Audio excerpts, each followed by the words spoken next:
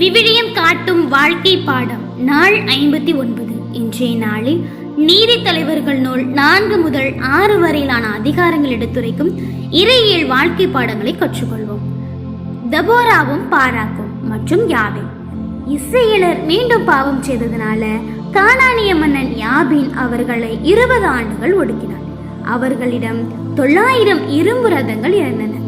அப்போது தெபோரா என்ற பெண் இறைவாக்கினர் இஸ்ரேலுக்கு நீதி தலைவியா இருந்தாங்க. யுத்தம். தெபோராவின் தூண்டுதலால் பாராக்கு போருக்கு செல்கிறான். ஆண்டவர் எதிரிகளின் ரதங்களையும் நிலைக்கொலைய செய்கிறாரு. யாவேலின் துணிச்சல்.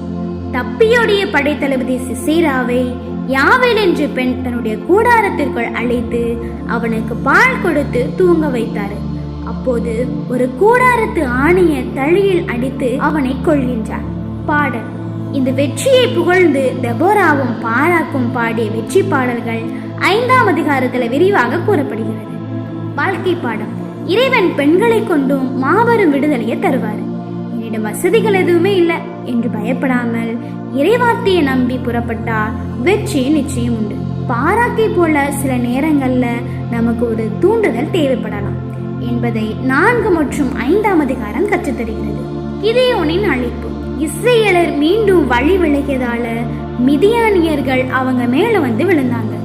இஸ்ரேலர் பயந்து குகைகள்ல ஒளிந்து கொண்டாங்க. அப்போது கிதியோன் என்ற இளைஞன் மிதியானியருக்கு தெரியாம ஒரு திராட்சை ஆலையில கோதுமைய போரெடுத்து கொண்டிருந்தான். அழைப்பு. ஆண்டவருடைய தூதர் அவனிடம் தோன்றி, பராக்கிரமசாலியே, ஆண்டவர் உன்னோடு இருக்கிறார் என்றார். கிதியோனின் சந்தேகம். ஆண்டவர் எங்களோடு இருக்கிறதுனால இவ்வளவு துன்பம் ஏன் என்று அவன் கேட்கிறான். பின் தன் தந்தையின் வீட்டில் இருந்த பாகால் பீடத்தையும் இடித்து தகர்த்துகிறான். தோல் சோதனை. தான் அழைக்கப்பட்டது உண்மைதானா என்று அறிய ஒரு சோதனையை செய்கிறான். ஒரு ஆட்டு மயிர் தோலை வைத்து பனி அதில் மட்டும் விழ வேண்டும், தரையில விழக்கூடாது என்று இறைவனிடம் அடையாளம் கேட்கிறான். வாழ்க்கை பாடம். நாம் நம்மை பற்றி என்ன நினைக்கின்றோம் என்பது முக்கியமல்ல, இறைவன் நம்மை பற்றி என்ன நினைக்கிறார் என்பதுதான் முக்கியம்.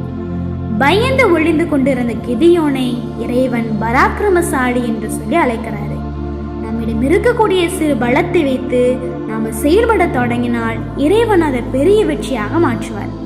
முதலில் நம் வீட்டில் இருக்கக்கூடிய பாகால் பீடங்களை, அதாவது நமக்குள் இருக்கும் தவறான காரியங்களை தகர்க்க வேண்டும் என்று 6ஆம் அதிகாரம் எச்சரிக்கிறது. இந்த அதிகாரங்களின் முக்கிய புள்ளிகள். பெண் தலைமை. தெபோராவும் யாவேலும் விடுதலையின் முக்கிய கருவிகளாக இருந்தாங்க. அடையாளம். கிதியோன் கேட்ட அடையாளங்கள் அவன் பயந்தவன் என்பதை காட்டுவதற்காக அல்ல, மாறாக இறைவனின் சித்தத்தை உறுதி செய்ய விரும்புவதை காட்டுகிறது. துணிச்சல். சிறு குழுவாக இருந்தாலும் இறைவனின் ஆவி நம் மீது இருந்தால் பெரும் படையை வெல்லலாம் என்பதை இந்த அதிகாரம் நமக்கு கற்றுத்தருகிறது.